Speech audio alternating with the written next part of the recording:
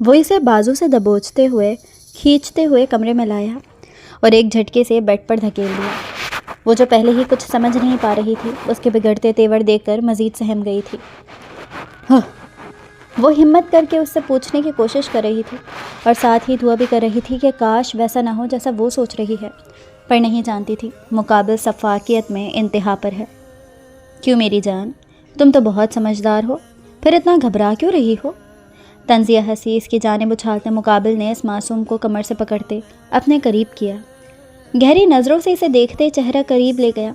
جب وہ ایک جھٹکے سے پیچھے ہوتی گہری سانسیں بھرنے لگی، حلق میں آنسوؤں کا گولا اٹکا، جبکہ مقابل کا چہرہ اس کے پیچھے ہٹانے پر انتہائی حد تک سرخ ہو گیا۔ دیکھو مجھے کچھ وقت چاہیے۔ اس کے خطرناک تیور دیکھ وہ معصوم لڑکی مزید گھبراہٹ کا شکار ہوئی۔ کچھ بھی ویسا نہیں ہو رہا تھا جیسا اس نے سوچا تھا۔ وہ اپنی بات مکمل کرتی اس سے پہلے وہ اس کا بازو جھٹکے سے پکڑتے ایک بار پھر اپنے سامنے کھڑا کر چکا تھا، اور اس بار گرفت پہلے سے زیادہ سخت تھی۔ اوہ ریئلی معصوم لڑکی، کیا سچی میں تمہیں اتنا پاگل لگتا ہوں؟ اب اتنا بھی بے وقوف نہیں کہ ایک ہی پتھر سے بار بار ٹھوکر کھاؤں۔ چلو شاباش، اب یہ ڈرامہ بند کرو اور میرا موڈ خراب مت کرو۔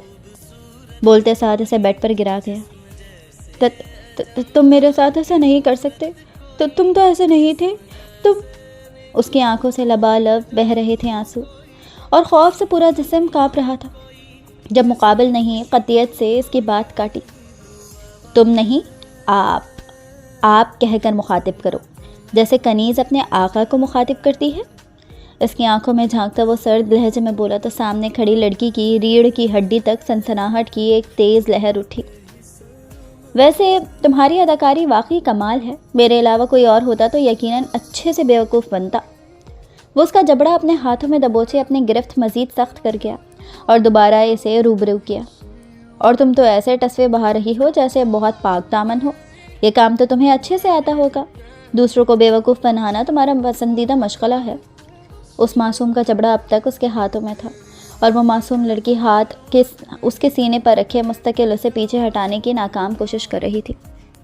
اور یار، اب تو میں بھی بہت امیر ہوں، تمہارے اس مرحوم شوہر سے کہیں زیادہ، اور پلس جوان بھی۔ تمہیں تو خوش ہونا چاہیے نا، دولت کے ساتھ جوان مرد کی قربت بھی ملے گی۔ ایک بوڑھے کے ساتھ تمہیں ویسا خوبصورت احساس نہیں ہوتا ہوگا نا۔ ایک جھٹکے سے اس کا منہ چھوڑا اور وہ وزن برقرار نہ رکھ پائی اور پیچھے دیوار سے ٹکرائی۔ تم میرے کردار پر انگلی نہیں اٹھا سکتے، سمجھے؟ نکاح کیا ہے تم نے مجھ سے، تمہاری زر خرید باندھی نہیں ہوں میں۔ اپنے کردار کے خلاف سن کر اس کا خوف کہیں غائب ہوا تھا اور غصہ اود آیا تھا، آواز کے کپ کپاہٹ بھی غائب تھی۔ حیرت ہے، تم جیسی لڑکی کا بھی کردار ہوتا ہے۔ انٹرسٹنگ۔ اس کی بات کو وہ طنز میں اڑا گیا تھا۔ تم ایسے تو نہیں تھے، تم تو محبت کرتے تھے نا مجھ سے، پھر یہ سب کیوں کر رہے ہو؟ وہ چہرہ ہاتھوں میں چھپا کر روتی ہوئی وہیں دیوار کے سہارے بیٹھتی چلی گئی۔ وہ قدم قدم چلتا اس کے پاس کھڑا ہوا۔ صحیح کہا تم نے، محبت تھی، ہے نہیں، اور تم سے شادی میں نے محبت میں کی ہے۔ اگر تم یہ سوچ رہی ہو تو بالکل غلط سوچ رہی ہو۔ بولتے ہوئے وہ گھٹنوں کے بل بیٹھا اور سیدھے ہاتھ کی شہادت کی انگلی سے اس کی تھوڑی پکڑ کر چہرہ اونچا کیا اور اس کی آنکھوں میں اپنی آنکھیں گاڑی۔ میں نے تم سے شادی تمہیں تمہاری اوقات یاد دلانے کے لیے کی ہے، جو اب تمہیں روز پتہ چلے گی کہ تمہاری اوقات میری نظر میں کیا ہے اور تم میری زندگی میں کیا حیثیت رکھتی ہو۔ وہی ہوا تھا جس کا ڈر تھا۔ وہ بے یقینی نظروں سے مقابل کو دیکھے گئی۔ اس نے کئی بار اپنا خدشہ ظاہر کیا تھا، کہا تھا کہ وہ بدلہ لینے کے لیے نکاح کر رہا ہے، پر سب اس کی شرافت اور نیک صفتی پر اسے قائل کر رہے تھے۔ تم ایسا نہیں کر سکتے، وہ روتے ہوئے بولی۔ وہ کھڑا ہو کر چہرے پر طنزیہ مسکراہٹ لیے اسے دیکھنے لگا۔ چلو اب جلدی سے یہ ناٹک بند کرو اور کھڑی ہو۔ وہ اپنے سامنے کھڑے اس پتھر کو دیکھ رہی تھی۔ یہ وہ تو نہیں تھا جس سے اس نے محبت کی تھی؟ کہ اپنی ظاہری شخصیت کے ساتھ وہ خود بھی اتنا بدل چکا تھا کہ اسے میری تکلیف اور آنسو بھی نہیں دکھ رہے ہیں؟ یہ سوال اس کے دل سے اٹھا تھا اور آنسوؤں میں روانی آئی تھی۔ ایسے کیا دیکھ رہی ہو؟ یہی سوچ رہی ہو کہ ان آنسوؤں کا اثر کیوں نہیں ہو رہا مجھ پر؟ اس کے آنسوؤں کو انگلی کے پوروں سے اٹھا کر ہوا میں جھٹکا اور اسے کندھوں سے تھام کر اپنے قریب کیا۔ یاد ہے تم نے کہا تھا کہ میں بے وقوف ہوں؟ جس محبت کا واسطہ تم مجھے دے رہی تھی اس کو تو تم نے خود بے وقوفی کا نام دیا تھا۔ بھول گئی تھی؟ چلو کوئی بات نہیں، اب تو یاد آ گیا ہوگا۔ اس کے بازو چھوڑ کر مسکراتے ہوئے ہاتھ سینے پر باندھے تھے۔ کہیں تم یہ تو نہیں سوچ رہی کہ اس میں تمہیں کیا فائدہ ملے گا؟ تو چلو تمہارا بھی فائدہ کر دیتے ہیں۔ بتاؤ کیا قیمت ہے تمہاری؟ شرمانا بالکل نہیں، جو قیمت ہے وہ بنا کسی جھجک کے۔ منہ پر پڑنے والے تھپڑ سے باقی الفاظ اس کے منہ میں رہ گئے تھے۔ اپنی بکواس بند کرو، تم اتنے گھٹیا ہو اور اتنے گر سکتے ہو، مجھے یقین نہیں آ رہا۔ ملامت بھری نظروں سے اسے دیکھ کر وہ چلائی تھی، پر جب نظر اس کی آنکھوں پر پڑی جو غصے سے سرخ ہو رہی تھی تو اسے اپنی غلطی کا شدت سے احساس ہوا تھا۔ وہ تو پہلے ہی اسے بخشنے کا ارادہ نہیں رکھتا تھا، پر اپنے کردار پر تو کوئی بد کردار بھی اپنے لیے ایسے الفاظ برداشت نہیں کرتا۔ پھر تو وہ ایک با کردار لڑکی تھی۔ غلطی کی تم نے میری جان، بہت بڑی غلطی۔ میں تو پہلے ہی رعایت کا ارادہ نہیں رکھتا تھا اور تم نے اپنے لیے اور مشکل کر لی۔ وہ سخت دھوپ کے باعث اور بھوک کی شدت کی وجہ سے جلدی جلدی راستہ طے کر رہی تھی۔ دھوپ سے بچنے کے لیے اس نے اپنے سر پر رجسٹر رکھا ہوا تھا اور اپنی کالونی کی صاف ستھری سڑک پر چل رہی تھی کہ اچانک کسی سے زوردار تصادم، اس کے ہاتھ میں پکڑے رجسٹر زمین پر گر گئے۔ ایک لمحے کے لیے تو اسے یوں محسوس ہوا جیسے وہ کسی دیوار سے ٹکرا گئی ہو، مگر اگلے ہی پل وہ ہوش کی دنیا میں واپس آئی اور حسب عادت اس کی کینچی جیسی زبان نے اپنے جوہر دکھانا شروع کر دیا۔ اندھے ہو جو اتنی بڑی لڑکی دکھائی نہیں دیتی؟ غصے سے سرخ چہرہ لیے اس نے زمین سے رجسٹر اٹھایا۔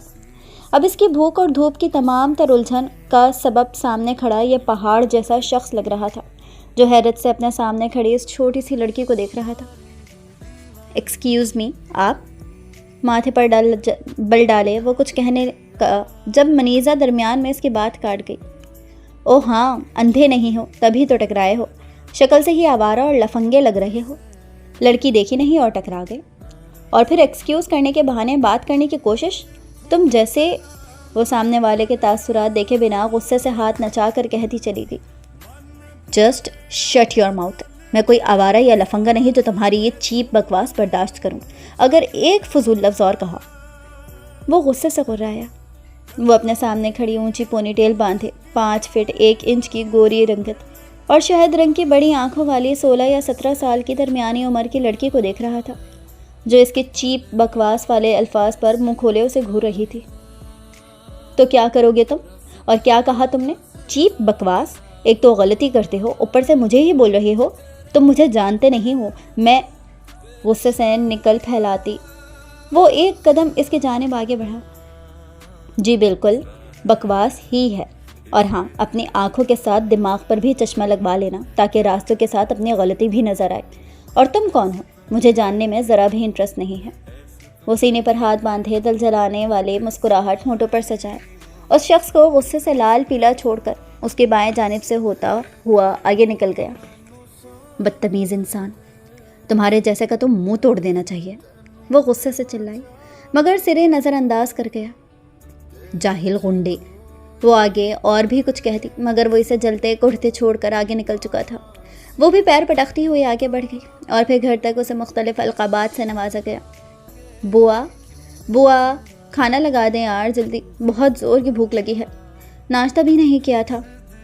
بہت کو لمبا کھینچ کر معصوم شکل کے ساتھ وہ بوا کو اپنی بھوک کا یقین دلا رہی تھی کیونکہ جانتی تھی کہ بوا نے کیا کہنا ہے۔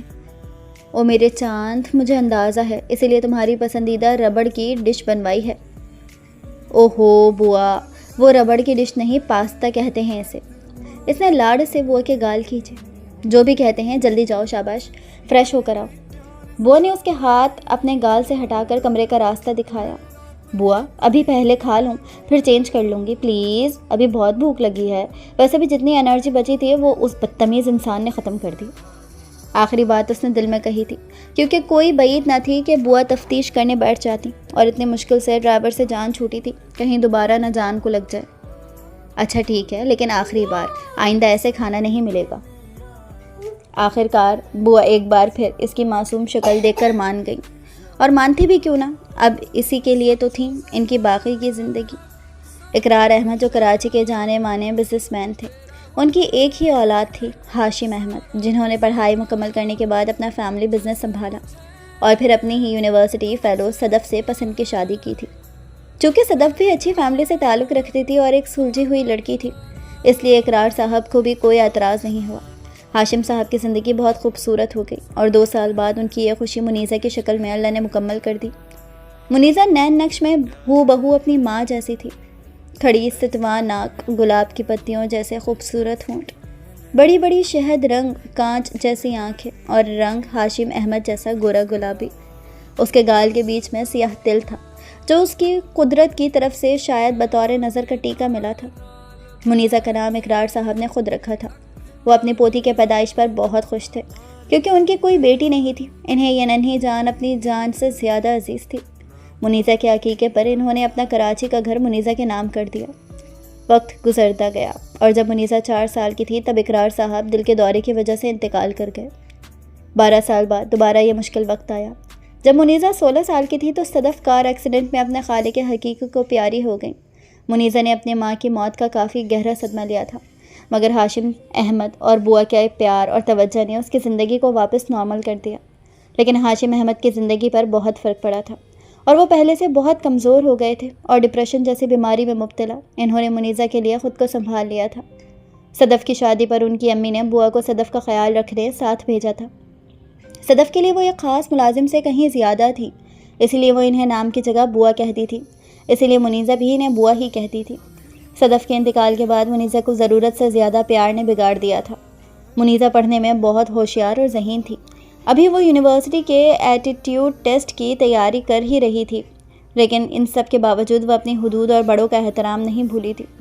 بوا نے اس کی تربیت بہت اچھی کی تھی اور اس کا پہننا اوڑھنا بھی مشرقی تھا، پر جس سوسائٹی میں وہ رہتی تھی اکثر مذاق بنتا تھا، مگر پرواہ کسے تھی؟ بس سامنے کسی کے بولنے کی ہمت نہیں، اتنا کافی تھا، جیسا کچھ دن پہلے ہوا تھا۔ ہائے منیزہ، کدھر کی تیاری ہے؟ کہیں کسی نے دعا کے لیے تو نہیں بلا لیا اماں سمجھ کے؟ ہاں ہاں ہاں، یہ تھی نشا، منیزہ کے برابر والے بنگلے میں رہتی تھی اور منیزہ سے بہت خار کھاتی تھی۔ منیزہ کا حال بھی اس سے الگ نہیں تھا اور آج نشا اس کے دوپٹے کے علاوہ الگ سے اسکارف لینے پر طنز کر رہی تھی۔ منیزہ ویسے اسکارف نہیں لیتی تھی۔ نہیں نشا باجی، اب میری عمر آپ کی جتنی تھوڑی نہ ہوئی ہے کہ ابھی سے لوگ دعا کے لیے بلائیں۔ یہ تو بس آپ کو دیکھا تو چادر آپ کے لیے لے آئی کہ شاید آپ کے گھر میں کپڑے ختم ہو گئے، تبھی تو اتنی چھوٹی شرٹ پہنی ہے، اور دیکھیں پینٹ بھی گھٹنے سے پھٹ گئی ہے۔ اب ایک پڑوسی ہی دوسرے پڑوسی کے کام آئے گا نا۔ یہ بولتے ساتھ ہی اس نے اپنے سر سے اسکارف اتارا اور اس کے ہاتھ میں تھما کر یہ جا وہ جا ہو گئی۔ ہے یو بلڈی! مجھے غصے سے تبھی کچھ بولتی اس سے پہلے وہ جا چکی تھی اور نشا کی دوستوں کے کہکہوں نے اسے اور سلگا دیا تھا۔ اسکارف کو پیروں میں مسل کر ایک غصے بھری نگاہ اپنے دوستوں پر ڈال نشا صاحبہ بھی اندر چلی گئی۔ فون بج کر دوسری بار بند ہو چکا تھا اور سونے والے کی نیند میں خلل ہونے کی وجہ سے اب وہ اپنے منہ پر تکیہ رکھ چکا تھا، مگر تیسری بیل پر اس نے جھنجھلا کر تکیہ پھینکا اور غصے سے بنا نمبر دیکھے فون اٹھا لیا۔ کیا مسئلہ ہے؟ جب بندہ فون نہیں اٹھا رہا تو لازم ہے جب تک اس کو قبر تک نہ پہنچا دو فون کرتے رہو؟ وہ بول کر چند لمحے رکا۔ اب اگر فون اٹھا لیا ہے میں نے تو بول بھی لو، یا ایسے ہی پیٹ میں درد اٹھ رہا تھا؟ اب وہ صحیح میں جھنجھلایا۔ نہیں، پہلے تم بکواس کر لو پھر بولوں گا، پہلے تم اپنا دل ٹھنڈا کر لو۔ دوسرا والا بھی غصے سے غرایا۔ او سبھی، سوری یار، میرے پاس ہمارا نمبر سیو نہیں تھا اور نیند میں اس بات پر غور ہی نہیں کیا کہ باہر کا نمبر ہے۔ آنکھیں مسلتا وہ واپس بیڈ پر لیٹ گیا۔ تمہیں واپس پاکستان گئے ہفتہ ہو گیا ہے اور تم نے ایک فون نہیں کیا۔ کہاں گئے تمہارے وہ عمر بھر ساتھ نبھانے کے وعدے؟ دھوکے باز، بے وفا انسان۔ سبھی کی اداکاری شروع ہو چکی تھی۔ ہو گیا یا اور باقی ہے ابھی؟ سبھی کی اداکاری پر وہ جی جان سے بیزار ہوا۔ اچھا چھوڑو، یہ بتاؤ کہ اس ٹائم سو کیوں رہے ہو؟ تمہیں تو بے وقت سونے کی عادت نہیں۔ سبھی نے تجسس سے پوچھا کیونکہ وہ جانتا تھا آہد حیدر اپنے اصولوں کا پکا تھا۔ بس یار، فلیٹ کی سیٹنگ اور باقی کام نمٹانے میں کافی تھک گیا تھا، اور پھر وہ آفت کی پڑیا کی وجہ سے الگ سر درد، بس اس لیے آنکھ لگ۔ بات مکمل ہونے سے پہلے ہی سبھی کی صدمہ بھری چیخ نکلی تھی۔ واٹ؟ تمہیں گئے 1 ہفتہ ہوا ہے، گرل فرینڈ بھی بنا لی؟ سبھی نے ناراضگی سے پوچھا۔ کیا بکواس ہے؟ کس نے کہا میری گرل فرینڈ ہے؟ تمہیں مجھ سے جو پوچھنا ہے پوچھو، میں سب بتاؤں گا، پر پلیز یہ نوٹنکی بند کر دو، میرا سر دکھ رہا ہے، آہد نے بیزارگی سے کہا۔ چلو پھر بتاؤ کہ کون ہے وہ آفت کی پڑیا اور کیا کیا ہے اس نے، اور دکھتی کیسی ہے؟ سارے سوال پوچھ کر اب وہ آہد کے جواب کا انتظار کر رہا تھا۔ آہد نے اس کے سوالوں پر ایک لمبی سانس خارج کی اور اب وہ اسے منیزہ اور اپنی ملاقات کی الف تا یہ ساری کہانی سنا دی۔ افسوس، صد افسوس، تمہیں لڑکیوں سے بات کرنے کا ذرا سینس نہیں۔ اور ایک اور بات، 18-19 سال کی بچی نہیں لڑکی ہوتی ہے۔ تمہیں سینس ہے نا، کافی ہے، اور لڑکی ہو یا بچی میری طرف سے وہ بدتمیز بھاڑ میں جائے، وہ ناگواری سے بولا۔ غصے سے کہتے احد نے رابطہ منقطع کر دیا۔ جو سر درد سونے کے باعث ختم ہوا تھا وہ ایک بار پھر شروع ہو چکا تھا۔ ذہن میں منیزہ کا دھوپ سے سرخ ہوتا چہرہ تازہ ہوا تو چہرے کے نقوش مزید بگڑ گئے تھے۔ پلیز ناراض مت ہو، پڑھائی کی وجہ سے ٹائم نہیں دے پا رہی تھی، پر اب اگنور نہیں کروں گی، بلکہ رکو، تمہارا پنک فراک نکال رہی ہوں، ہم پارک چلیں گے۔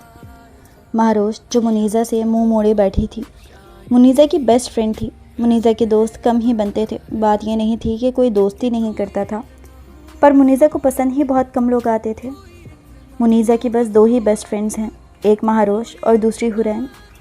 مہروش کوئی انسان نہیں بلکہ ایک سفید بلّا تھا جو اس کی 16ویں سالگرہ پر اس کی ماما نے گفٹ کیا تھا، اور حرین بوا کی بہن کی نواسی تھی جو گاؤں میں رہتی تھی، جس کے والدین لا علاج بیماریوں میں گزر گئے تھے اور بچپن سے ہی نانی نے پالا تھا۔ ہر سال اسکول کی چھٹیوں میں منیزہ کے گھر رکنے آتی تھی اور منیزہ سے 3 سال چھوٹی تھی۔ بوا کہاں ہیں آپ؟ وہ کچن کے باہر مہروش کو پنک فراک پہنائے کھڑی بوا کو آوازیں لگا رہی تھی۔ کیا ہوا منی؟ اف میرے خدا، یہ بلی نہیں بلّا ہے منیزہ۔ بوا تو اس بلے کے پنک کپڑے دیکھ کے ہی سٹپٹا گئی کہ پتہ نہیں کب اس پاگل لڑکی کو عقل آئے گی۔ اگر بلے کو عقل ہوتی تو وہ بیچارہ شرم سے ڈوب مرتا۔ بوا یہ میری مہروش ہے بس، باقی بلّا بلی یہ سب میں نہیں جانتی، اور میں مہروش کو لے کر پارک جا رہی ہوں۔ وہ مہروش کو پیار کر کے بوا کو اجازت دینے کا انتظار کر رہی تھی۔ وہ ایسی ہی تھی، اجازت نہیں مانگتی تھی، پر جب تک اجازت نہ ملے جاتی بھی نہیں تھی۔ چندہ بڑی ہو گئی ہو، اکیلے نہ جایا کرو، ایک کام کرو ڈرائیور کو ساتھ لے جاؤ۔ بوا نے پیار سے اس کے گال چھوئے تھے۔ آہا بوا جی، میں کون سا دور جا رہی ہوں، کالونی کے اندر ہی تو ہے اور 5 منٹ کی واک ہے، میں اور مہروش چلے جائیں گے، آپ بے فکر رہیں۔ وہ بوا کو اللہ حافظ کہہ کے چلی گئی، اور بوا بھی باورچی کو رات کے کھانے کی ہدایت دیتی واپس اپنے کمرے میں چلی گئی۔ منیزہ پارک کی بینچ پر بیٹھی مہروش سے باتوں میں مصروف تھی جب سامنے آئس کریم کی دکان پر نظر پڑی۔ وہ مہروش کو وہیں بینچ پر چھوڑ وہ خود آئس کریم لینے چلی گئی۔ اسی لمحے احد پارک میں داخل ہوا تھا۔ آج وہ 3را انٹرویو دے کر آیا تھا، ذہنی تھکن سے کندھے جھکے ہوئے تھے۔ وہ واکنگ ٹریک کراس کرتا ایک بینچ پر بیٹھ گیا۔ وہ کافی بڑا پارک تھا جو ان کی سوسائٹی کے اندر ہی تھا۔ پارک میں داخل ہونے پر پہلے پارک کے کارنر میں بینچز تھیں، اور پھر واکنگ ٹریک تھا، اور پھر درمیان میں گھاس اور بینچز تھیں اور ساتھ میں جھولے تھے۔ پارک کے ایک کارنر میں چھوٹا سا منی زو تھا، اور ایک کارنر میں کھانے پینے کی دکانیں۔ احد بیچ میں بنی بینچ پر بیٹھا تھا جب ایک بچے کی چیخ پر آنکھ کھلی۔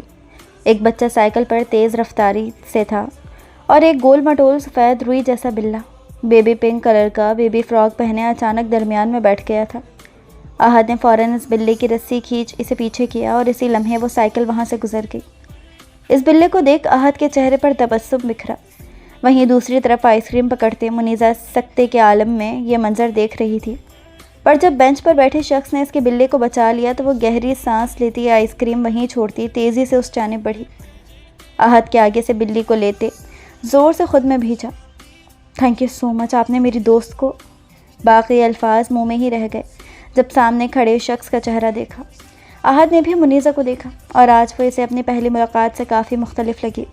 گلابی کلر کا گھٹنوں تک آتا فراک، اسکن کلر کا دوپٹہ مفلر کی طرح لیا ہوا تھا، بال آج بھی پونی میں ہی تھے، اور چہرے پر 2-3 آوارہ لٹیں جھول رہی تھیں۔ گلابی گال پر تل بڑی شان سے چمک رہا تھا۔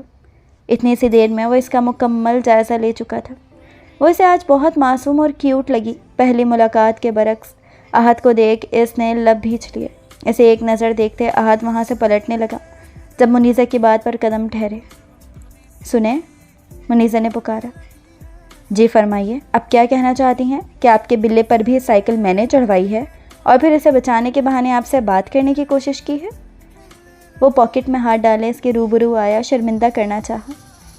نہیں، وہ دراصل میں وہ مجھے آپ سے معافی مانگنی تھی، اس وقت غلطی میری تھی شاید، اور آپ کی بھی شاید نہیں، یقیناً آپ کی ہی غلطی تھی، اینڈ اٹس اوکے۔ بول کے وہ واپس مڑا۔ جی، اور تھینک یو بھی۔ اس کی بات پر وہ واپس اس کی جانب مڑا۔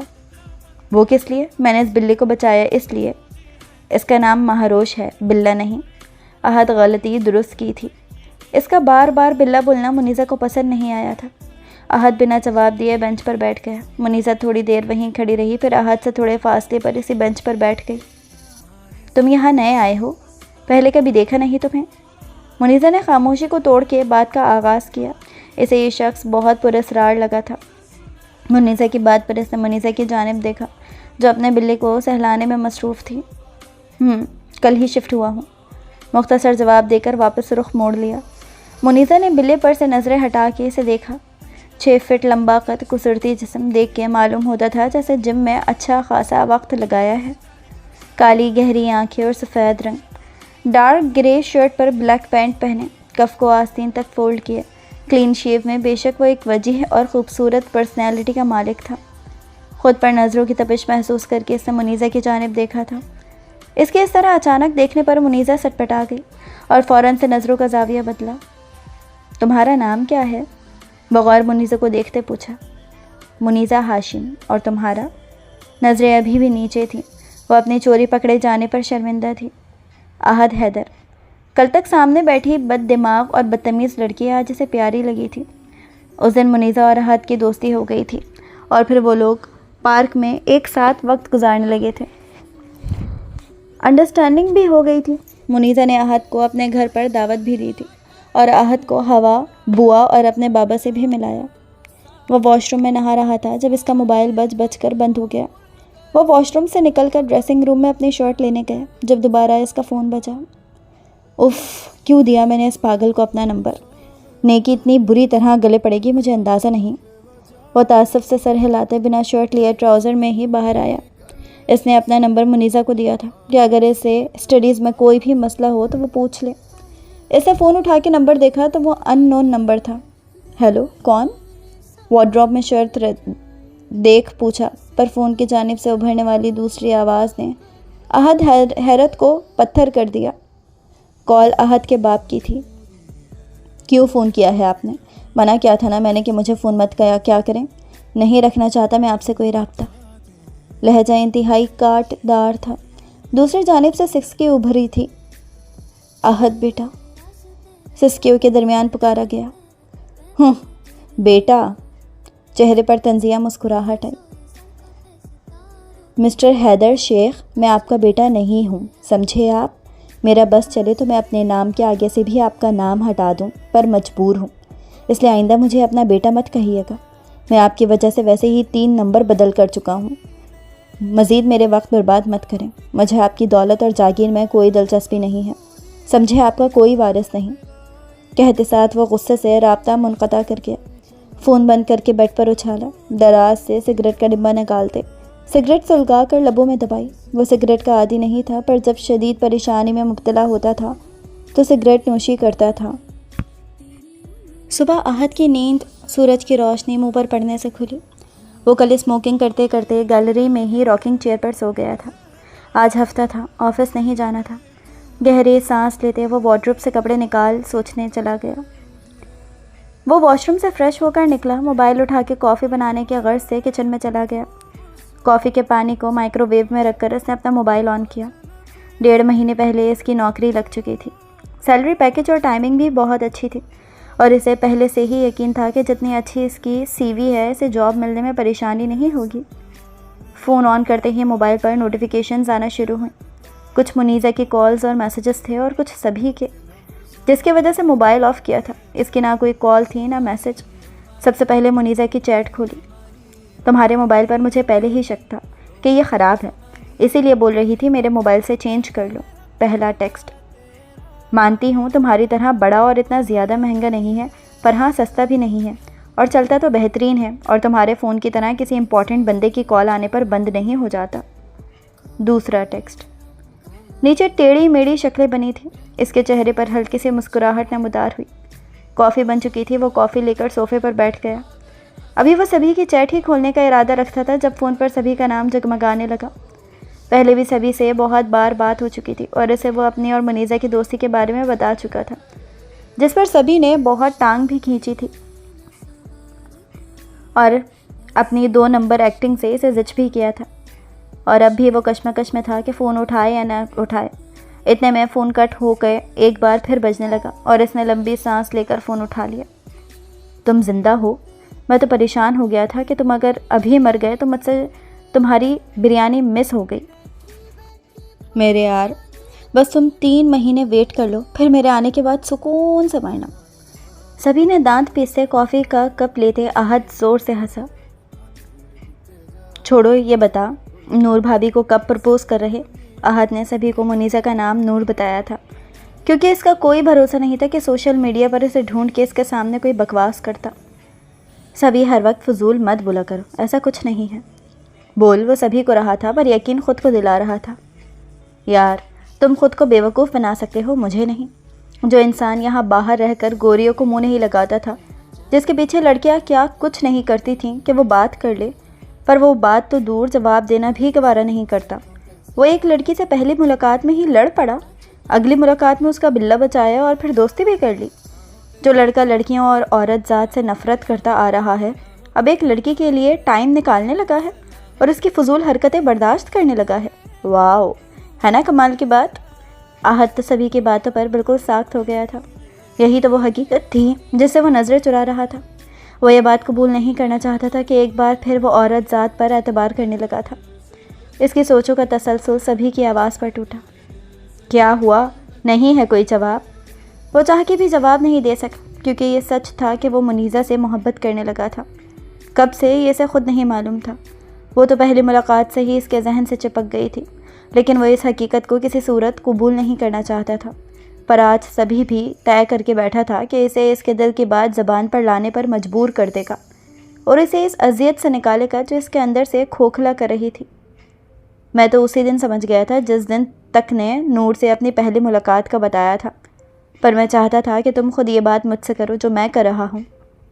احد کو یوں لگا تھا کہ اگر وہ اب کچھ نہ بولا تو وہ اپنے دل سے ہار جائے گا، پر اس بیوقوف کو کیا پتہ تھا کہ وہ تو اپنے دل سے بہت پہلے ہی ہار چکا ہے۔ ایسا کچھ نہیں ہے سبھی، وہ مجھ سے بہت چھوٹی ہے اور میں اس کے بارے میں ایسی فیلنگز نہیں رکھتا۔ اس نے اپنی طرف سے سبھی سے زیادہ خود کو یقین دلایا تھا۔ یار یہ تو اچھی بات ہو گئی، پھر تم نے بتایا تھا وہ اچھی ہے، اور میں 3 مہینے میں پاکستان آ رہا ہوں، اور سچ بتاؤں اب سنگل لائف سے تھک گیا ہوں، تو اسے میری سیٹنگ کروا دو نا۔ سبھی کی بات پر اس کے چہرے کے تاثرات یکدم تبدیل ہوئے تھے۔ اس کو اتنا غصہ آیا تھا کہ اگر اس وقت سبھی اس کے سامنے ہوتا تو نہ جانے وہ کیا کرتا، اور یہی سبھی چاہتا تھا۔ اپنی بکواس بند رکھو سبھی، تمہاری ہمت کیسے ہوئی اس کے بارے میں بکواس کرنے کی؟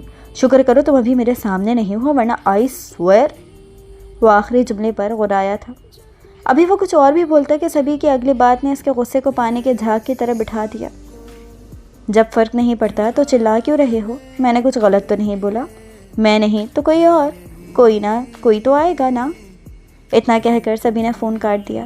اسے احد کا چلانا برا نہیں لگا تھا، وہ تو یہی چاہتا تھا، پر اس وقت اسے اکیلا چھوڑا تھا تاکہ وہ خود اس حقیقت کو قبول کر سکے کہ وہ منیزہ سے محبت کرتا ہے، اور سبھی کامیاب ہو چکا تھا۔ میں نہیں تو کوئی اور، کوئی نہ کوئی تو آئے گا نا۔ اس کے ذہن میں جملہ ہتھوڑے بجانے لگا، اور یہی وہ لمحہ تھا جب اس نے اپنے دل سے ہار مانی تھی اور قبول کیا تھا کہ وہ منیزہ سے محبت کرتا ہے اور بہت کرتا ہے۔ منیزہ کے ٹیسٹس کی وجہ سے احد اور منیزہ کی کوئی بات نہیں ہو پا رہی تھی، اور اس دوران احد نے بھی اسے تنگ نہیں کیا تھا، اور آج اس کے ٹیسٹ ختم ہوئے تھے تو وہ پارک آئی تھی اور احد کو بھی بلایا تھا۔ وہ دونوں پارک میں واک کر رہے تھے اور مہاروش منیزہ کی گود میں تھا۔ احد نے ایک نظر اسے دیکھا اور پھر آگے چلنے لگا۔ منیزہ نے جب خود پر نظریں محسوس کر کے مہاروش پر سے نظریں ہٹا کے احد کو دیکھا تو وہ سامنے دیکھ رہا تھا۔ منیزہ نے اپنا ذہن جھٹکا اور خاموشی کو توڑا۔ کیا بات ہے؟ آج ٹام بہت خاموش ہے، مہاروش کی طرح وہ بھی ناراض ہے کیا؟ منیزہ کی بات پر احد نظریں جھکا کے مسکرایا اور پھر منیزہ کی طرف مڑا اور اس کی آنکھوں میں دیکھا۔ اس کے اس طرح دیکھنے پر منیزہ تھوڑی کنفیوز ہوئی، پر پھر خود کو کمپوز کیا۔ کیا ہوا؟ ایسے کیوں دیکھ رہے ہو؟ میں نے کچھ غلط بول دیا؟ منیزہ کی کنفیوژن اس نے محسوس کی، پر پھر بھی اس پر سے نظریں نہیں ہٹائیں۔ ہاں بالکل غلط کہا۔ بولتے ساتھ وہ منیزہ کے ایک قدم قریب ہوا۔ ٹام کبھی اپنی جیری سے ناراض نہیں ہو سکتا، کبھی نہیں۔ بات مکمل کر کے اس نے منیزہ کے ہاتھ سے مہاروش کو لیا اور آگے بڑھ گیا۔ اس کی بات اور اس کے انداز پر منیزہ کا دل زور سے دھڑکا۔ آج منیزہ کو اس کا انداز کچھ الگ لگا۔ اس کی آنکھوں میں آج الگ چمک دیکھی۔ پھر وہ بھی اپنی سوچ جھٹک کر آگے بڑھ کر آہد کے ہم قدم ہو کر چلنے لگی، لیکن اس بار اس نے بولنے کی غلطی نہیں کی۔ یہ بات آہد نے بھی نوٹ کی، اور اس کو یہ جان کر خوشی ہوئی کہ منیزہ اتنی بچی بھی نہیں ہے کہ وہ اس کے احساسات سمجھ سکتی ہے۔ بار بار گھڑی میں وقت جو دیکھتی وہ بہت خوش تھی اور مستقل آہد کا انتظار کر رہی تھی، پر کئی بار فون کرنے کے باوجود آہد نے اس کا فون نہیں اٹھایا تھا۔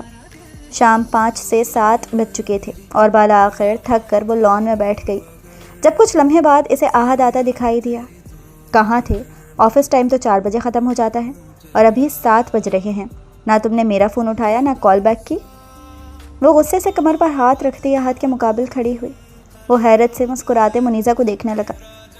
اسے منیزہ کا یہ انداز بہت کیوٹ لگا۔ میری کوئی اہمیت نہیں ہے نا؟ وہ غصے سے بولی تو آہد نفی میں سر ہلانے لگا۔ تمہیں اپنی اہمیت کا اندازہ خود بھی نہیں ہے، تمہاری ہی اہمیت ہے جیری۔ آفس سے آ کے میری آنکھ لگ گئی تھی، اٹھ کر تمہاری کال دیکھی، اگر کال بیک کرتا تو اور دیر ہو جاتی، اس لیے ڈائریکٹ آ گیا۔ اس کی بات پر منیزہ مسکرائی۔ آج تو ویسے ہی بہت خوش تھی۔ کیا بات ہے، آج بہت خوش لگ رہی ہو؟ آہد سے اس کی خوشی چھپی نہیں تھی۔ خوش تو بہت ہوں میں۔ منیزہ نے دونوں ہاتھ آپس میں ملا کے آہد کو ایکسائٹیڈ ہو کر اپنی خوشی بتائی۔ تمہیں پتہ ہے، بابا کی اب تک کی زندگی کی سب سے بڑی بزنس ڈیل ہوئی ہے آج، فیصل گروپ اینڈ انڈسٹری کے ساتھ۔ جانتے ہو، پاکستان کے مشہور بزنس ٹائکون فیصل عثمانی کے ساتھ میٹنگ کی ہے، اور بابا نے انہیں گھر پر بھی انوائٹ کیا ہے۔ اور ہاں، تمہیں پتہ ہے کہ اس ڈیل کے بعد بابا کو کتنا پروفٹ ہوگا؟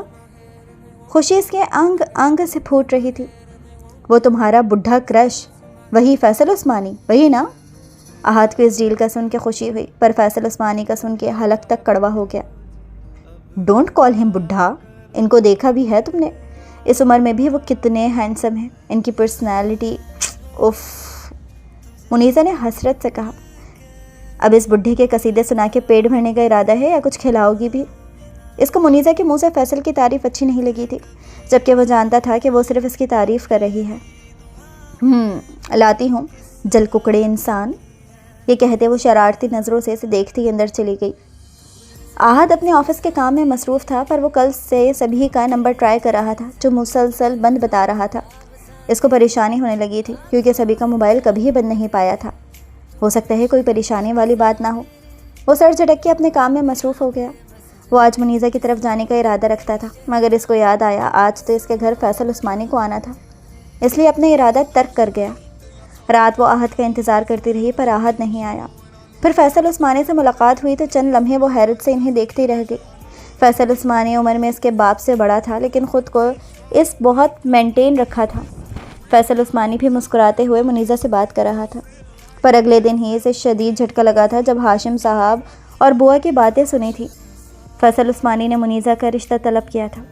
ہاشم صاحب بہت سخت الفاظ میں فیصل عثمانی کو منع کرنے کے ساتھ بے عزت کر چکے تھے، پر کاروباری لحاظ سے بہت پھنس گئے تھے کہ فیصل عثمانی سے ڈیل سائن کرنے کی وجہ سے انہوں نے نہ صرف کروڑوں کا بینک لون لیا تھا، بلکہ وہ فیصل عثمانی سے بھی ایک بڑی رقم ایڈوانس لی تھی، جس سے کمپنی میں شپمنٹ کے لیے مال لایا گیا۔ اس کا دل خوف سے دھڑک رہا تھا۔ ہاشم صاحب نے تو کوئی بات منیزہ سے ڈسکس کرنے سے بولا بوا کو خبردار کیا تھا، پر وہ تو سب سن چکی تھی۔ آنسو لڑیوں کی صورت آنکھوں سے بہہ رہے تھے۔ ایسے میں اسے واحد راستہ آہد نظر آیا تھا۔ آہد اس کا بیسٹ فرینڈ تھا، وہ آہد سے بات شیئر کر سکتی تھی۔ یہ سوچتے وہ کسی کو بھی بتائے بغیر گھر سے نکلی تھی اور رخ آہد کے گھر کی طرف تھا۔ اس نے روتے ہوئے آہد کی ڈور بیل بجائی تھی۔ دروازہ کھولتے اپنے سامنے روتی منیزہ کو دیکھ آہد کچھ پل کے لیے گڑبڑا گیا تھا۔ سب خیریت ہے؟ تم رو کیوں رہی ہو؟ دروازہ بند کرتے وہ منیزہ کے پیچھے آیا، جو اب سسکیاں بھرتے صوفے پر بیٹھ چکی تھی۔ آہد سے پانی کا گلاس پکڑاتا پریشانی سے بار بار اس کے رونے کی وجہ پوچھ رہا تھا۔ تم بھی تو مجھے کچھ نہیں بتاتے، میں کیسے بتا دوں اپنی پریشانی؟ منیزہ نے روتے ہوئے پوچھا تو آہد نے گہری سانس لی۔ کچھ لمحے خاموشی رہی، پھر وہ گویا ہوا۔ میری کوئی ایسی خاص بات نہیں ہے منیزہ۔ میرے ڈیڈ نے موم سے محبت کی شادی کی تھی، پر موم نے دولت کی وجہ سے ڈیڈ کو اپنایا تھا، کیونکہ ڈیڈ واجبش شکل و صورت کے تھے۔ پھر دادی کی ضد کی وجہ سے موم نے مجھے جنم دیا، کیونکہ دادی کو اولاد چاہیے تھی۔ لیکن میری پیدائش کے سالوں بعد موم کو اپنے مطابق کا آزاد خیال والا نیا لائف پارٹنر مل گیا۔ میں تو پہلے بوجھ تھا، اس لیے انہوں نے ڈیڈ سے خلا کی اور کسی اور سے شادی کر لی۔ پھر چند سال بعد ڈیڈ کی سیکریٹری گھر آنے لگی جو کم عمر تھی، مجھے ماں کی طرح ممتا دکھانے لگی۔ میں 11 سال کا تھا، میں نے اس میں ماں کو ڈھونڈنا شروع کر دیا اور ڈیڈ نے اس سے شادی کر لی۔ پر کچھ وقت بعد ہی اس نے رنگ بدلنا شروع کر دیا۔ میں کالج میں آیا تو وہ عورت پریگننٹ ہو گئی۔ اس عورت کو ڈر لگا کہ کہیں اس کی اولاد وارث میں کم نہ پائے، اس لیے مجھے نیند کی دوا دیتے مجھ پر زیادتی کی تہمت لگا دی، اور سب کچھ جانتے ہوئے بھی ڈیڈ نے مجھے دھتکار دیا، UK بھیج دیا۔ اور اب میں UK بھیج دیا۔ وہ میری ضروریات خیال کرتے ہیں، پر میں نے ان کے مال میں سے ایک پائی خرچ نہیں کی۔ موم کی ڈیتھ کے بعد موم کی پراپرٹی جو نانا کی طرف سے ملی، زمینیں تھیں، میں نے ان سے آنے والے پیسوں سے اپنی کفالت کی ہے، اور پھر پڑھائی مکمل کر کے پاکستان آ گیا۔ وہ اتنے عام سے انداز میں سب بتا رہا تھا جیسے کسی اور کی کہانی سنا رہا ہو، جبکہ منیزہ اسے افسوس اور بے یقینی سے دیکھ رہی تھی۔ لیکن پھر جب میں واپس پاکستان آیا اور یہاں شفٹ ہوا، اسی دن میری ایک لڑکی سے ٹکر ہو گئی۔ وہ مجھے بچی لگی۔ میں آگے بڑھنے لگا جب اس نے مجھ سے بدتمیزی کی، اور میں بھی اس سے بحث کرنے لگا۔ مجھے نہیں معلوم میں نے اس سے کیوں بحث کی، اسے اگنور کیوں نہیں کیا، کیوں اس بچی کے ساتھ بچہ بن کے لڑنے لگا۔ وہ منیزہ پر سے نظریں ہٹا کر پھر ہنسا۔ منیزہ اسے ہی دیکھ رہی تھی جب اس نے بھی منیزہ کو دیکھا، اور منیزہ اس کے دیکھتے ہی نظریں جھکا گئی۔ مجھے وہ لڑکی پر بہت غصہ آیا تھا، اور میں اسے غیر ارادی طور پر سوچ رہا تھا۔ پھر اگلے دن وہ مجھے پارک میں دوبارہ ملی، پر پہلی ملاقات کے بالکل برعکس لگی۔ خوبصورت، بھولی، معصوم اور جھلی۔ اس کی نظروں کا مرکز اب بھی منیزہ ہی تھی۔ وہ اچھی طرح جانتی تھی کہ وہ اسی کے بارے میں بات کر رہا ہے، اور پھر اس نے مجھ سے دوستی کر لی، اور میں نے اسے منع بھی نہیں کیا۔ مجھے پتہ ہی نہیں چلا وہ کب میرے لیے ضروری ہوتی چلی گئی۔ میں اس سے محبت کرنے لگا تھا، پر انکاری تھا۔ عورت ذات پر بھروسہ نہیں تھا، پر اس نے مجھے مجبور کر دیا، اور اب وہ میرے لیے اتنی لازم ہو چکی ہے کہ میں اس کے بغیر نہیں رہ سکتا۔ وہ منیزہ کو ہی دیکھ رہا تھا، اور منیزہ بھی حیرت سے اسے ہی دیکھ رہی تھی۔ اس نے صاف صاف منیزہ سے محبت کا اظہار کیا تھا۔ اس کی آنکھیں اب خالی نہیں تھیں، اور نہ ہی اس کی آنکھوں میں کوئی سختی تھی۔ اس کی آنکھوں میں محبت تھی، بہت محبت۔ منیزہ حیرت سے آنکھیں پھاڑے اسے ہی دیکھ رہی تھی۔ اسے اتنا تو اندازہ تھا کہ احد اسے پسند کرتا ہے، پر اس بات کا ہرگز اندازہ نہیں تھا کہ وہ ایسے اظہار محبت کر دے گا۔ جب وہ اٹھا اور منیزہ کے پاؤں کے پاس گھٹنوں کے بل بیٹھا، منیزہ نے پیچھے ہونے پر احد نے ان کے دونوں ہاتھ تھام لیے۔ میں تم سے بہت محبت کرتا ہوں۔ میں نہیں جانتا کب سے، جب تم نے بدتمیزی کی تب، یا جب مہاروش کے لیے تمہاری آنکھوں میں آنسو دیکھے تب، یا پھر جب تم نے مجھے دیکھ رہی تھی اور میرے دیکھتے ہی نظریں چرائی تھیں، جب میں نہیں جانتا کب، پر میں تم سے محبت کرتا ہوں، بہت، اتنی کہ میں خود بھی بیان نہیں کر سکتا۔ میں جانتا ہوں کہ میں ابھی تمہارے قابل نہیں، پر میں بن جاؤں گا۔ میں تمہاری ہر خواہش پوری کروں گا۔ تمہارے آنے کے بعد مجھے ایسا لگا ہے کہ میں زندہ انسان ہوں۔ منیزہ سانس روکے اس کا اظہار سن رہی تھی۔ احد ابھی بھی ویسے ہی بیٹھے اس کے ہاتھ پکڑے اسے دیکھ رہا تھا۔ وہ منیزہ کو پر امید نظروں سے دیکھ رہا تھا، پر منیزہ کی طرف سے آنے والے جواب نے اسے حیران کر دیا۔ پہلے وہ حیرانی سے اسے دیکھنے لگا، اور پھر بے ساختہ ہنستا چلا گیا۔ بلا شبہ وہ بہت معصوم تھی، اس بات کی گواہی احد کے دل نے دی تھی۔ تمہاری تو UK میں بھی ایک حسین گرل فرینڈ تھی، تم نے بتایا تھا۔ منیزہ نے اس کے اظہار محبت کا بیڑا غرق کیا تھا۔ اس کا دل کیا اپنا سر پیٹ لے۔ وہ صرف مذاق تھا، احد نے نفی میں سر ہلاتے ہنستے ہوئے کہا۔ اب بتاؤ، اب بھی کچھ نہیں تمہارے پاس کہنے کو؟ اس کے کہنے پر منیزہ نظریں جھکا گئی، اور اگلے لمحے وہاں سے اٹھ کر باہر کے دروازے کی جانب قدم بڑھا دیا۔ احد اسے باہر جاتا دیکھ کوہنیاں گھٹنوں پر ٹکا کر چہرہ ہاتھوں میں چھپا گیا۔ جس طرح ٹام اپنی جیری کے بغیر نہیں رہ سکتا، اسی طرح جیری بھی اپنے ٹام کے بغیر نہیں رہ سکتی، اور جیری کبھی اپنے ٹام کو چھوڑ کے نہیں جائے گی۔ وہ بول کے رکی نہیں تھی۔ احد اس کی باتیں دم سادھے سن رہا تھا۔ اس کے خاموش ہونے کے بعد احد نے ہاتھوں سے منہ اٹھا کے اسے دیکھا، پر جب تک وہ وہاں نہیں تھی۔ احد کے چہرے پر پرسکون مسکراہٹ آئی، اور وہ مسکراہٹ گہری ہوتی چلی گئی۔ وہ اسے بہت پیارے انداز میں اپنا اقرار دے گئی تھی۔ وہ اسے محبت کے جواب میں محبت دے گئی تھی۔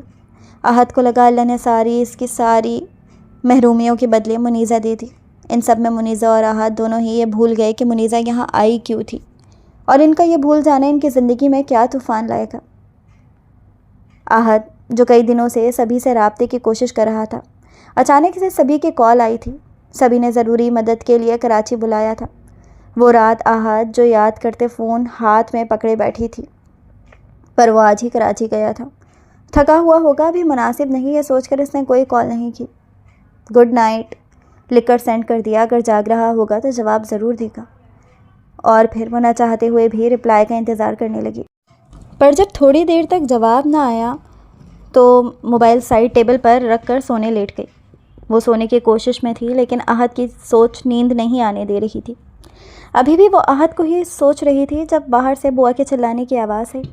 وہ فوراً سے اٹھی اور باہر کی جانب بھاگی۔ وہ بھاگتی ہوئی بوا کی آواز کا تعین کرتی لاؤنج میں آئی، لیکن سامنے کا منظر دیکھ کر اس کو ایسا لگا وہ سانس نہیں لے پائے گی۔ سامنے ہی اس کے بابا زمین پر گرے بے ہوش تھے، اور بوا روتی ہوئی چلا چلا کے ملازموں کو بلا رہی تھی۔ ٹی وی آن تھا اور اس پر خبریں چل رہی تھیں، پر ان خبروں پر کسی نے بھی غور نہیں کیا تھا۔ بوا کے دوبارہ چلانے پر جیسے منیزہ ہوش میں آئی اور بھاگتی ہوئی اپنے بابا کے پاس آئی۔ وہ بری طرح کانپ رہی تھی۔ اپنے بابا کی حالت دیکھ کر اسے اپنی سانس بند ہوتی محسوس ہو رہی تھی۔ وہ انہیں زور زور سے جھنجھوڑتے ہوئے رو رہی تھی۔ اتنے میں ڈرائیور جلدی سے آگے بڑھا اور انہیں گود میں اٹھا کے گاڑی کی بیک سیٹ پر ڈالا۔ منیزہ بھی جلدی سے بھاگتی ہوئی اپنے بابا کی دوسری سائڈ پر بیٹھی اور ان کا سر اپنے گود میں رکھ کر انہیں جگانے کی کوشش کرنے لگی۔ بوا بھی جلدی سے آگے فرنٹ سیٹ پر بیٹھی اور ڈرائیور نے گاڑی ہاسپٹل کے رخ پر ڈال دی۔ بابا بابا پلیز آنکھیں کھولیں، خدا کے لیے آنکھیں کھولیں، آپ میرے ساتھ ایسا نہیں کر سکتے، پلیز آنکھیں کھولیں بابا۔ وہ مستقل انہیں جھنجھوڑ رہی تھی، وہ رو رہی تھی۔ بوا سے بھی کچھ بولا نہیں جا رہا تھا۔ وہ بھی آنسو بہاتی اللہ سے ہاشم کی سلامتی کی دعا مانگ رہی تھی۔ وہ ہاسپٹل کے راہداری میں روتے ہوئے مستقل ادھر ادھر چکر کاٹ رہی تھی۔ اس کو جو دعائیں اور تسبیحیں آتی تھیں وہ مستقل پڑھ رہی تھی۔ چکر کاٹتے وہ بار بار ہسپتال کے بند کمرے کو دیکھ رہی تھی جس کے اندر اس کے بابا تھے۔ آنسو ایک لمحے کو بھی رکنے سے انکاری تھے۔ بوا وہاں روم کے سامنے کرسی پر بیٹھی مستقل دعا کر رہی تھی۔ ان کی کوئی اولاد نہیں تھی، انہوں نے ہاشم اور صدف کو ہی اپنی اولاد جتنا چاہا تھا، اور اس میں بھی کوئی شک نہیں تھا کہ صدف نے بھی انہیں بہت عزت اور محبت دی تھی، اور اس کے جانے کے بعد بھی ہاشم نے ان کا ایسے ہی خیال رکھا تھا جیسے ایک بیٹا اپنے باپ کا رکھتا ہے۔ ابھی دونوں کی دعاؤں کا سلسلہ جاری تھا جب کمرے کا دروازہ کھلا اور ڈاکٹر باہر نکلے۔ منیزہ فوراً ڈاکٹر کے پاس پہنچی اور اسی کے پیچھے بوا بھی۔ پیشنٹ کے ساتھ جو بھی ہے وہ میرے آفس میں آئیں۔ ان کے اس طرح کہنے پر منیزہ کو اپنی سانس رکتی ہوئی محسوس ہوئی۔ وہ جلدی سے ڈاکٹر کے پیچھے بڑھی۔ ڈاکٹر اپنے آفس میں آ کر اپنی کرسی پر بیٹھ گیا۔ منیزہ وہیں دروازے پر رک گئی۔ اس کے پیچھے جو بوا آ رہی تھی اسے دروازے پر رکا دیکھ بوا بھی رک گئی۔ اندر آ جائیں، ڈاکٹر نے منیزہ اور بوا کو دروازے پر کھڑا دیکھ کر کہا، اور پین اٹھا کے اور پھر سامنے سے ایک فائل اٹھا کے کچھ لکھنے لگا۔ منیزہ اور بوا سامنے کرسی پر بیٹھ گئیں۔ ان کے بیٹھنے پر ڈاکٹر نے فائل بند کر کے پین اس پر رکھ دیا۔ آج سے پہلے بھی ہاشم صاحب کا منتھلی چیک اپ وہی کرتے آئے تھے۔ ایک لمبی سانس لے کر انہوں نے بولنا شروع کیا۔ ہاشم صاحب کو ہارٹ اٹیک ہوا ہے، وہ بول کے رکے۔ منیزہ نے اپنے دونوں ہاتھ منہ پر رکھ لیے۔ آنسوؤں کا ریلا اس کا چہرہ بھگا گیا۔ کچھ ایسی ہی حالت بوا کی بھی تھی، اور بی پی شوٹ ہونے کی وجہ سے ان کی جان بھی جا سکتی تھی۔ یہ اٹیک مائنر نہیں تھا۔ کیا کوئی ایسی بات ہوئی ہے جس کی انہوں نے شدید ٹینشن یا صدمہ لیا ہو؟ وہ بول کے رکے اور سوالیہ نظروں سے منیزہ اور بوا کو دیکھنے لگے۔ نہیں، وہ بالکل ٹھیک تھے، ہم نے ساتھ ڈنر کیا تھا، وہ ٹھیک تھے، منیزہ روتے ہوئے مشکل سے بولی۔ اسے آنسو اپنے حلق میں پھنستے ہوئے محسوس ہو رہے تھے۔ سر بھی اب دکھنے لگا تھا، پر اسے فکر نہیں تھی۔ فکر تو اسے اس وقت صرف اپنے باپ کی تھی۔ ہاں وہ نیوز دیکھ رہے تھے۔ بوا کے بولنے پر منیزہ اور ڈاکٹر دونوں بوا کی طرف متوجہ ہوئے۔ دیکھیں، جو بھی ٹینشن ہے آپ انہیں مسٹر ہاشم سے دور رکھیں۔ آج تو اللہ نے انہیں بچا لیا، لیکن اگلی بار اگر ایسا کچھ ہوا تو انہیں بچانا بہت مشکل ہو جائے گا۔ کوئی بھی ٹینشن ان کی جان لے سکتی ہے۔ ابھی وہ کیسے ہیں؟ ٹھیک تو ہے نا؟ ان کو کچھ ہوا تو نہیں نا؟ وہ ٹھیک ہے نا؟ منیزہ جلدی سے اپنے آنسو صاف کرتے ہوئے پوچھنے لگی۔ جی، فی الحال وہ خطرے سے باہر ہے، لیکن میں ابھی انہیں ڈسچارج نہیں کر سکتا۔ کل تک انہیں ہوش آ جائے گا، آپ مل سکتے ہیں، لیکن دھیان رہے ایسی کوئی بات نہ ہو جس سے انہیں ٹینشن ہو۔ ڈاکٹر ارشاد اپنی بات مکمل کر کے واپس فائل کھول چکے تھے۔ منیزہ نے اپنے آنسو صاف کیے اور تھینک یو بول کر وہاں سے فوراً اٹھ کر باہر نکل گئی۔ بوا جب باہر آئیں وہ سامنے کرسی پر بیٹھی اپنے دونوں ہاتھوں میں منہ چھپائے رو رہی تھی۔ پہلے ہاشم کی حالت اور اب منیزہ کو ایسے دیکھ کر بوا کا کلیجہ منہ کو آ گیا۔ وہ سرد سے آگے بڑھی اور منیزہ کو گلے لگا لیا، ساتھ ہی ان کی آنکھوں نے بھی برسنا شروع کر دیا۔ بوا ہاشم کے کمرے کے باہر ہی بیٹھی تھی جب ڈاکٹر اور ان کے ساتھ 2 نرس باہر نکلیں۔ ہوش آ گیا ہے اللہ کے کرم سے ہاشم صاحب کو، اور اب وہ پہلے سے بہتر ہیں، آپ مل سکتی ہیں، لیکن دھیان رہے کوئی بھی ایسی بات نہ ہو جس سے وہ پریشان ہو، اور ان کے سامنے رویے گا نہیں۔ ڈاکٹر پیشہ ورانہ انداز میں ان کو ہدایت دیتا وہاں سے آگے بڑھ گیا۔ آخری نصیحت انہوں نے بوا کی آنکھوں میں چمکتے آنسو دیکھ کر کی تھی۔ بوا کمرے میں داخل ہوئی تو ہاشم کو دیکھ کر انہیں شدید تکلیف ہوئی۔ وہ ابھی انہیں بوڑھے نہیں لگے تھے، پر کچھ مہینوں میں ہی اب وہ انہیں بوڑھے لگنے لگے تھے۔ انہوں نے منہ پر دوپٹہ رکھ کے اپنی سسکی روکی اور جلدی سے دوپٹے سے ہی اپنے آنسو صاف کیے۔ ہاشم صاحب چھت کو گھور رہے تھے۔ کمرے میں آہٹ محسوس کر کے انہوں نے اپنی نظر دروازے کی جانب کی۔ بوا آگے بڑھی اور شفقت سے ہاشم کے سر پر ہاتھ پھیرا۔ ہاشم نے آرام سے اپنے ڈرپ لگے ہاتھ سے اپنا آکسیجن ماسک نیچے کیا۔ بوا نے روکنا چاہا پر ہاشم نے آنکھ کے اشارے سے روک دیا۔ منیزہ کیسی ہے؟ وہ کہاں ہے؟ ہاشم کی آنکھ سے 2 آنسو ٹوٹ کر تکیے میں جذب ہوئے، جسے دیکھ کر بوا کا ضبط ٹوٹ گیا اور ان کی بھی آنکھیں بھیگ گئیں۔ وہ یہیں ہے اور ٹھیک ہے، پوری رات یہیں تھی، اس لیے اب آرام کے لیے بھیجا ہے نماز کے کمرے میں۔ بوا کی بات کو سمجھ کے وہ خاموش ہو گئے۔ ہاشم تم کیسے ہو میرے بچے؟ اپنی یہ حالت کرنے سے پہلے ایک بار میرا اور منیزہ کا سوچ لیتے، ہمارا تمہارے سوا کوئی نہیں۔ اس کی فکر ہی تو ہے بوا، میرے بعد اس کا کیا ہوگا؟ منیزہ جو کمرے کے باہر ہی کھڑی تھی ہاشم کی آواز سن کے رک گئی۔ ان کی آواز بہت ہلکی تھی، لیکن کمرے میں اور آزو بازو خاموشی کی وجہ سے منیزہ کو سنائی دے رہی تھی۔ سب ختم ہو گیا بوا، مجھے سمجھ نہیں آ رہا میں کیا کروں۔ کیا ہوا ہاشم، ایسے کیوں کہہ رہے ہو؟ ایسا کیا ہوا ہے؟ تمہاری یہ حالت دیکھ کر میرا کلیجہ کٹ رہا ہے۔ بوا نے دوپٹے کے پلو سے اپنی آنکھیں پوچھیں۔ بوا، سب ختم ہو گیا، فیکٹری جل گئی، مجھے آگے ان سے کچھ بولا نہیں گیا۔ ان کی سانس اکھڑتی دیکھ بوا نے آکسیجن ماسک واپس منہ پر لگا دیا۔ کمرے کے باہر کھڑی منیزہ کو یہ بات سن کے جھٹکا نہیں لگا، کیونکہ وہ کل رات ہسپتال میں سن چکی تھی۔ جب اس کو یقین نہیں آیا تو وہ نیچے ویٹنگ ایریا میں گئی جہاں نیوز میں یہی خبر چل رہی تھی۔ جب کچھ دیر کوئی آواز نہیں آئی تو منیزہ دروازہ کھول کے اندر چلی گئی۔ سامنے ہی اس کے بابا آکسیجن ماسک لگائے لیٹے ہوئے تھے۔ ان کی ایسی حالت دیکھتے ہی منیزہ کے حلق میں آنسوؤں کا گولا اٹکا۔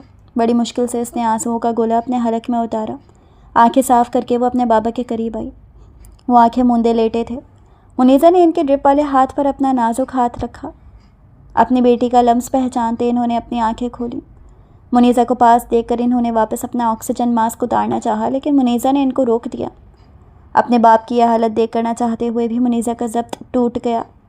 آنسو لڑیوں کی صورت میں بہنے لگے۔ نیچے جھک کر منیزہ نے ان کے ماتھے پر پیار کیا۔ کچھ دیر وہ اپنے ہونٹ ایسے ہی اپنے بابا کے ماتھے پر رکھے رہی۔ اب ہاشم کی آنکھوں سے بھی آنسو گر کے تکیے میں جذب ہو رہے تھے۔